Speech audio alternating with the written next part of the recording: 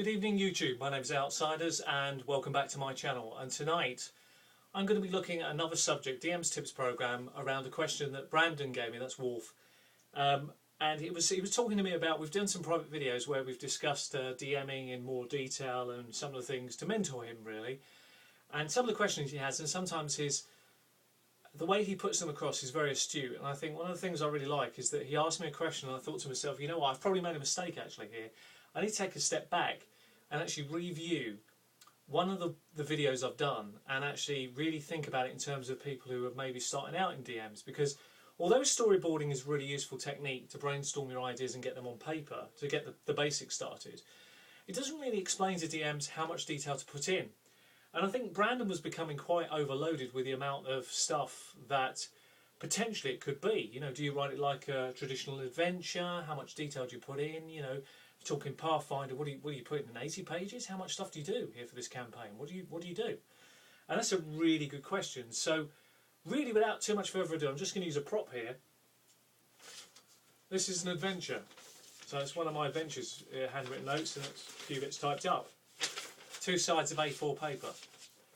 I think if you become a DM that can get your adventures down to about 2 sides of A4 paper, you've probably cracked it, because you don't really need. One of the problems we have is you can over prepare, and that's something that we might cover off in a future video when I talk about the differences between Pathfinder and 3.5. There is a real issue around what I call preparation and the wrong type of preparation in both games. So I'll cover that off in another video, but for this one specifically, you want to get it down to 2 sides of A4 paper. And you might think to yourselves, I'm an DM, how do I do that? How am I going to structure an adventure around 2 sides of A4 paper? You know, what if I miss something? How are the players going to cope with this? The first thing is, go back, review some of my videos, and remember that have a bank of NPCs, non-player characters that you can rely on. Have some basic encounters that you can throw in. Think of them in terms of on the road, in a village, in a city, at a tavern, any location you can think of. Just have a few encounter ideas. They don't have to be combat orientated, but some ideas that kickstart mini challenges. So particularly when you're stuck and you need to find your feet and you're trying to think on your feet, you've got something you can throw in to buy you time to think about what's going on in your main story. Yeah, and sometimes those buy-ins, buying time is critical.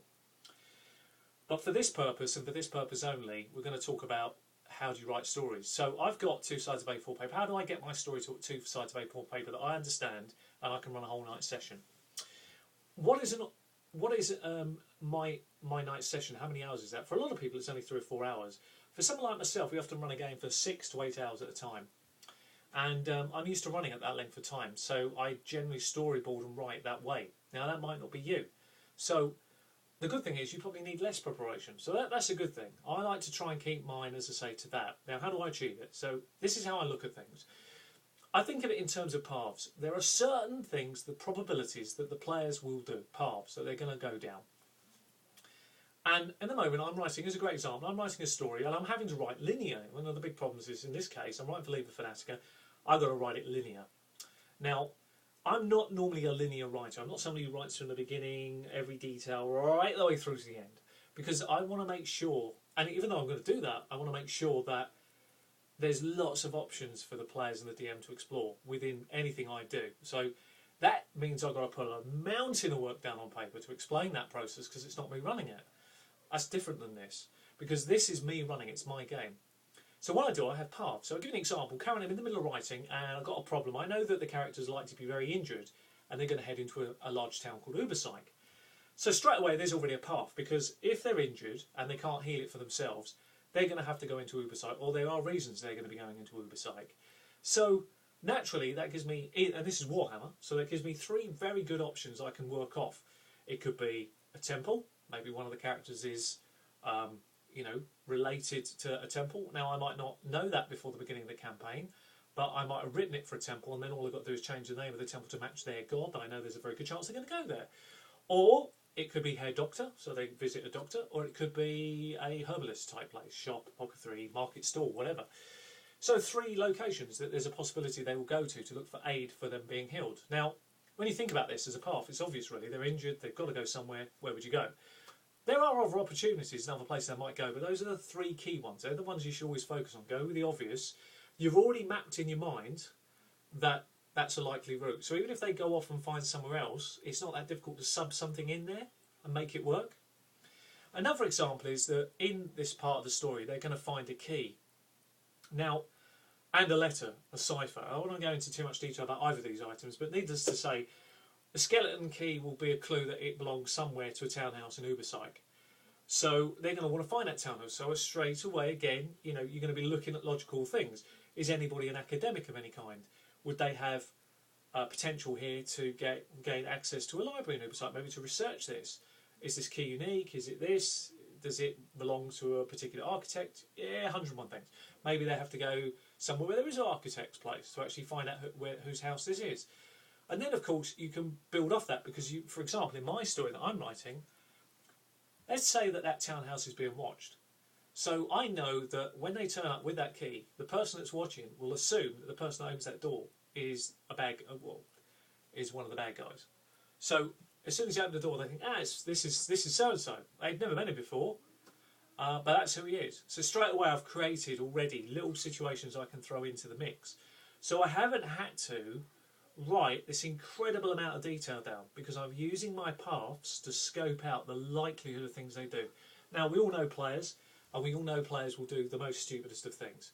This is why I'm very, very, very adamant on this, and this is my style of DMing. It may not be yours. That's why I do repercussions for actions. If you want to act like a twat, then to be blunt, you should expect the full force of your consequences.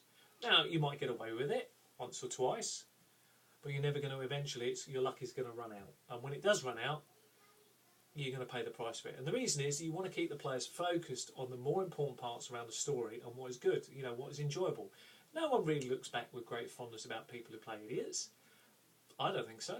I think what you want from your players is a degree of skill around the stories you write. And the way to encourage that is through adventure pathing. So you're actually creating paths that they're likely to follow through. So already you can see what I've scoped out. I've got, in this particular little story, I've already got a bit about needing healing, I've already got a bit about a key, I've got a bit about a cipher, and where there's a cipher point, it gives a clue as to where to go next, so straight away there's another person they might see, plus the equipment that these people find are very unique, well made, who made it, and you can see straight away you're scoping your story into a particular path. So even if they go off in one tangent or another tangent, there's a very good chance they're going to pull it back round. Now, a guy recently suggested quite rightly, Jay Havner, who wrote Liber Fanatica 7, that you need a 3-clue rule. Now, I've always used that, which basically is if you've got a clue, if you tell them once, they'll forget it. If you tell them twice, they're still going to forget it. If you tell them 3 times, they might get the message. So I generally, what I try to do, I don't want to breadcrumb them, so I don't want to make it so obvious that it's too easy, but what I do want to do is make sure that the adventures are possible to follow. So not only do I storyboard, I make sure that there are adventure paths that are clearly thought out about the logical conclusions the players may go down. So when you come to the game, that's why you don't need a lot of notes, you can actually say to yourself, yep, right, they're going to go, they're starting to do that, focus on it. If they go off on a tangent and you're really stuck, that's where you have to lob in the encounter grenade. Lob it in, throw something in that you've prepared that's fun, and run with that, while at the same time, because you've already mapped it out, although you're doing it, think on your feet to the tangent they're going off in. Is there anything that you can relate to it? Is there any other paths that you could link that into? Have they come up with a better idea you hadn't thought of? Can you run with it? What can you do? So that's why you do storyboarding, that's why you do adventure paths, and that's why you build encounters. And then obviously people are going to then say, quite rightly about the stories, do you need to have a lot of detail around the NPCs? How much detail do you need? To be honest with you, this is one area where I genuinely, when you're talking about, it depends on the game to a large degree, it depends what sort of game you've got, but the reality is that I wouldn't spend an awful lot of my time writing up about NPCs. Have a basic template that you'll generally use. Think of terms of how you would build a character. If it's a main bad guy, really spend your time working them out. If it's an NPC, take a bog standard one, add a couple of bits on, job done. Don't waste too much time on it. It's not worth it. Better to actually scope them out with a personality and a voice than a set of stats that no one's going to read. So take it from me, that is the simplest process to use when you're building your adventures. Have fun with it, learn from your experiences through it, get good at getting it down to a couple of pages. If you can get it down to a couple of pages, you cracked it. Even if you need 5, 6, 7, 8, 9 to start with, that's a damn sight better than trying to write it all out. Who cares? Photocopy what you need, save yourself time. It's more important at this stage of the development of DMs to actually have a good story than it is to have spent hours in preparation when most of it is being missed by your players. Anyway, I've been Sean Connors. This has been Outsiders, and this was DM's Tips, Paths. Till the next time, take care of yourselves. Happy gaming.